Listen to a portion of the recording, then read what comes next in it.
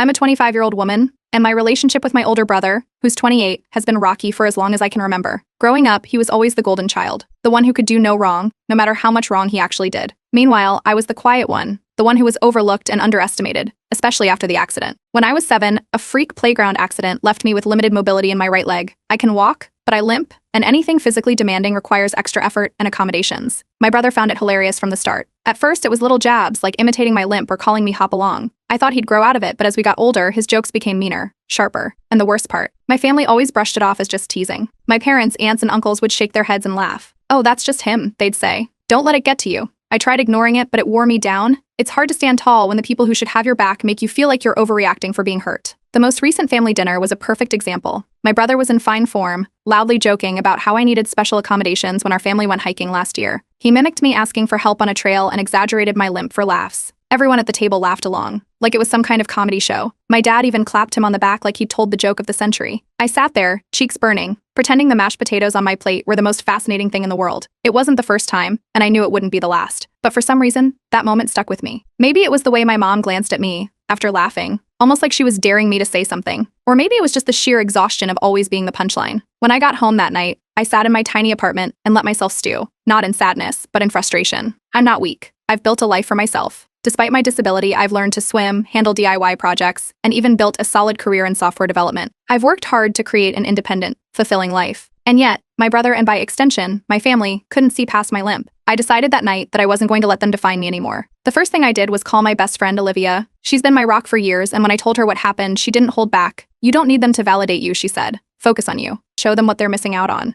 That's exactly what I decided to do. I started with a project that had been on my mind for a while, modifying my apartment to make it more accessible. My brother had once joked that my place was like an obstacle course for someone with a disability, and while I hated his delivery, he wasn't wrong. I took it as a challenge. I ordered materials online, researched designs, and got to work. Over the next few weeks, I installed custom ramps, reorganized furniture, and even set up an automated door system. It wasn't easy. I had to teach myself a lot of new skills and spent more nights than I'd like to admit covered in sawdust, but the results were worth it. For the first time, my apartment felt truly mine. Around the same time, I had a breakthrough at work. My manager asked me to lead a major project, something I'd been pushing for but didn't think I'd get. The responsibility was huge, but I threw myself into it. When the project wrapped up successfully, I received not just a promotion but a bonus too. It felt like the universe was finally throwing me a bone. Of course, my family noticed something was up. I'd started skipping family dinners, answering texts less, and avoiding my brother entirely. My parents started calling more often, pushing me to let bygones be bygones and talk to him. But I held firm. I wasn't going to engage unless my brother showed genuine change, and so far, all I'd gotten were a few sarcastic texts about why the silent treatment. Classic him. In the meantime, I found a new community. I joined a local adaptive sports group, something Olivia had been urging me to try for ages.